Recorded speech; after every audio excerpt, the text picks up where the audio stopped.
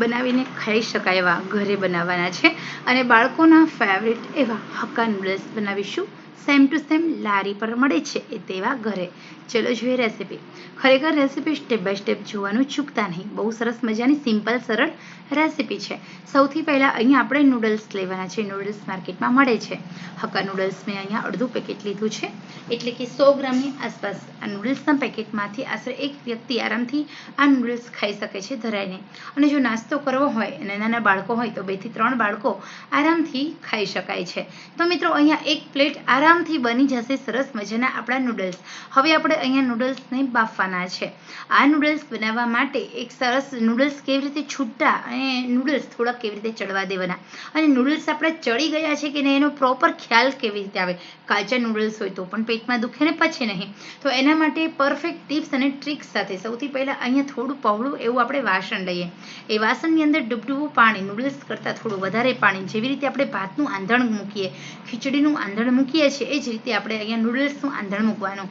તો અહીંયા સિમ્પલ સરળ ગુજરાતી ભાષામાં તમને કહું છું કે આંધણ મૂકવાનું, એટલે કોઈ પણ વ્યક્તિને ખ્યાલ આવે કે આ કઈ રીતે સમજાવે છે.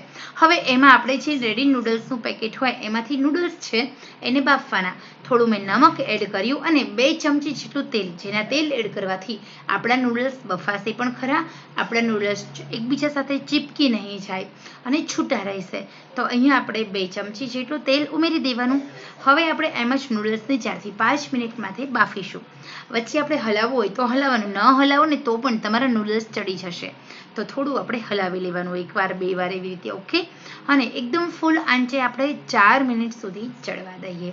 3 થી 4 મિનિટની અંદર તમારા નૂડલ્સ બફાઈ જતા હોય છે. તો અહીંયા આપણા નૂડલ્સ બફાઈ ગયા છે કે નહીં એનો ખ્યાલ કેવી રીતે આવશે એ પણ હું તમને કહીશ. ટોટલ આપણું 3 મિનિટનો ટાઈમ થઈ ગયો છે. હવે આપણે નૂડલ્સને ચેક કરીશું કે નૂડલ્સ પ્રોપર આપણા બફાયા કે નહીં. તો એના માટે થોડું અડધી વાટકી ઠંડુ પાણી લેવાનું, એની અંદર તમારે નૂડલ્સને બાફેલા નૂડલ્સ ઉમેરી દેવાનું. હવે જો આ નૂડલ્સ આપણા કાચા છે, તરત તૂટી જાય છે, આપણે આમ ખેંચે ને તો થોડા લાંબા થવા જોઈએ નૂડલ્સ, તો એ ચડી ગયા છે. બાકી તમારા અધકચરા નૂડલ્સ હશે તો તમે જેવું પ્રેસ કરશો એટલે તરત જ વચ્ચેથી 2 ભાગ થઈ જશે, એકદમ ઇઝીલી તૂટી જશે, ખટાક કરતો અવાજ પણ આવશે. પરંતુ તમારા નૂડલ્સ ચડી જાય તો તમે થોડું આમ ખેંચો ને તો એક આમ ખેંચાશે પણ તૂટશે ઇઝીલી નહીં. તો હવે અહીંયા હું નૂડલ્સને ચડવા દઉં છું. થોડા વધારે વખત ચડવા દઉં છું, 1 મિનિટ. 3 મિનિટમાં આપણા નૂડલ્સ નથી ચડાયેલા, ટોટલ 4 મિનિટમાં તો આપણા નૂડલ્સ પરફેક્ટ ચડી જશે. તો નથી વધારે નૂડલ્સને વધારે પડતા ચડવા દેવાના. અહીંયા આપણે 90% સુધી નૂડલ્સને ચડવા દઈએ. પરંતુ મારા ઘરે નાનું સન છે, 3 વર્ષનો મારો બાબો છે, એને આ નૂડલ્સ બહુ ભાવે છે, એટલે હું થોડા વધારે ચડવા દઉં, એટલે જેના કારણે એને ઇઝીલી રહે ખાવામાં અને પચવામાં, રાત્રે પેટમાં ન દુખે. તો નાના બાળકો માટે તમે નૂડલ્સ બનાવો તો થોડા વધારે પડતા ચડવા દેવાના. હવે નૂડલ્સ આપણા સરસ મજાના બફાઈ જાય એટલે આપણે કાણાવાળા વાસણમાં કાઢી લેવાના. જો એકદમ સરસ મજાના મેં એકદમ પ્રોપર રીતે બાફ્યા તો પણ છૂટા છે. યસ. હવે મેં એડવાન્સ નૂડલ્સ બફાતા હતા ત્યારે પ્રિપેરેશન કરી. એક ઓનિયન છે ઊભી પટ્ટીમાં સમારેલી, કાંદા અને સાથે સાથે કેપ્સિકમ, મરચું છે. તો એ બધી વસ્તુને આપણે સાઈડ પર રાખી દીધી. હવે આપણે જોઈએ તો soya sauce, chilli sauce, vinegar, red chilli sauce અને સાથે સાથે આદુ લસણ મરચાંની પેસ્ટ તો ખરી જ. હવે અહીંયા તેલ મૂકવાનું છે. મેં અહીંયા તેલ થોડું વધારે મૂક્યું, તમે થોડું ઓછું મૂકો તો ચાલે. નૂડલ્સમાં બહુ ઓછા પ્રમાણમાં તેલ જોઈએ. તો હવે તેલની અંદર આદુ, લસણ અને મરચાંની પેસ્ટ એડ કરીએ. સોસ અહીંયા બધા અડધી ચમચી લેવાના, એનાથી વધારે નહીં. તમારા પાસે જો વધારે હોય નૂડલ્સ તો તમે થોડા ડબલ, એટલે કે 1 ચમચી આખી બધી લઈ શકો છો. માત્ર ટમેટો કેચઅપ જે મેં લીધો છે એ જ મેં 2 ચમચી લીધો છે. બાકી બધા સોસ અડધી ચમચી લીધા છે. અહીંયા ગ્રીન ઓનિયન એટલે કે લીલી ડુંગળી લેવાની, એને પણ ઝીણી ઝીણી સમારીને એડ કરવાની છે.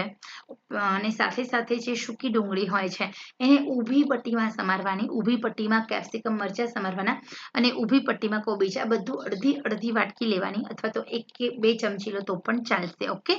તો હવે અહીંયા સરસ મજાનું તમે જોઈ શકો છો આપણું આ જે બધી વસ્તુ હોય છે એને અધકચરી જ ચડવા દેવાની, બહુ વધારે નહીં ચડવા દેતા, નહીંતર તેનો ટેસ્ટ પણ સબ્જી જેવો આવશે.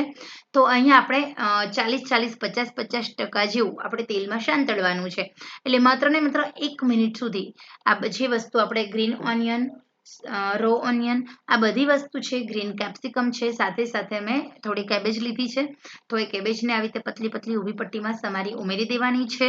હવે અહીંયા આપણે કશું જ કરવાનું નથી. થોડી વાર માટે આમ જ આ બધી જ વસ્તુઓને સાંતળવાની છે, માત્ર 1 જ મિનિટ માટે, અને એ પછી આપણે બધા મસાલા કરીશું. તો હવે અહીંયા સૌથી પહેલાં તો આપણે જે મસાલા મસાલા એટલે આમાં મસાલા નહીં પણ આમાં સોસ એડ કરવાના રહેશે તમારે.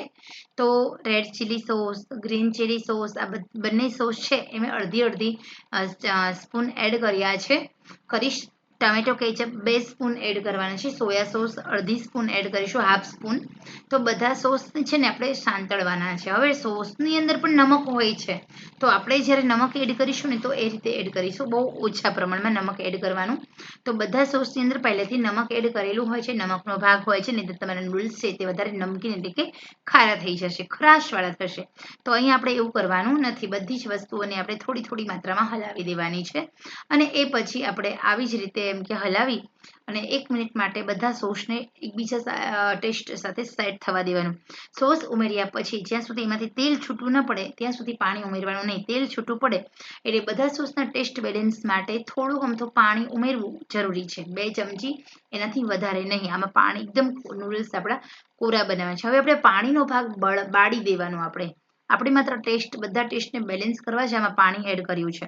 તો થોડું નમક એડ કરવાનું, બહુ ઓછા માત્રામાં આપણે હળદર એડ કરી છે. લાલ મરચું એડ કરવાનું, અડધી ચમચી. સાથે સાથે નૂડલ્સ મસાલો આવે છે રેડી, એ એડ કરવાનો. નૂડલ્સ મસાલો ન હોય તો મેગી મેજિક મસાલો પણ તમે ઉમેરી શકો છો, તો પણ તમારી નૂડલ્સ બહુ ટેસ્ટી બને છે. હવે અહીંયા આપણે બધા જ સોસ છે એને આપણે સરસ મજાના સેટ થવા દીધા, પાણી બળવા દીધું, તેલ છૂટું પડી રહ્યું છે. આપણે બધા એડ કરેલા જે મસાલા છે ઉપરથી એ પણ સરસ સેટ થઈ ગયા છે. તો બસ 1 મિનિટ સુધી આમ જ આપણે હજી સેટ થવા દઈએ, એટલે જો પાણી હોય તો બળી જશે. તો અને હવે આપણે એડ કરીશું નૂડલ્સ ઉમેર્યા પછી હલાવી લેવાનું. થોડું ધ્યાન રાખીને કે આપણા નૂડલ્સ વધારે પડતા તૂટી ન જાય, એવી રીતે તમારે સરસ રીતે હલાવવાનું છે. ગેસની આંચ એકદમ સ્લો ટુ મીડિયમ રાખવાની છે. જો પ્રોપર રીતે તમે પ્રિપેરેશન કરેલું હશે ને તો માત્ર 5 જ મિનિટમાં તમે લારી કરતાં પણ વધારે સારા અને ટેસ્ટી ઘરે નૂડલ્સ બનાવી શકો છો. બહુ જ ટેસ્ટી બને છે, યમ્મી બને છે, સેમ ટુ સેમ બજાર જેવા બને છે. તો અહીં અમે હક્કા નૂડલ્સની આ રેસીપી બનીને રેડી છે. હું ગ્રીન ઓનિયન વડે ડેકોરેશન કરીશ અને આ રેસીપીને સર્વ કરીશ. તો ખરેખર મિત્રો આ સરસ મજાની રેસીપી બનાવી છે માત્ર ને માત્ર તમારા માટે.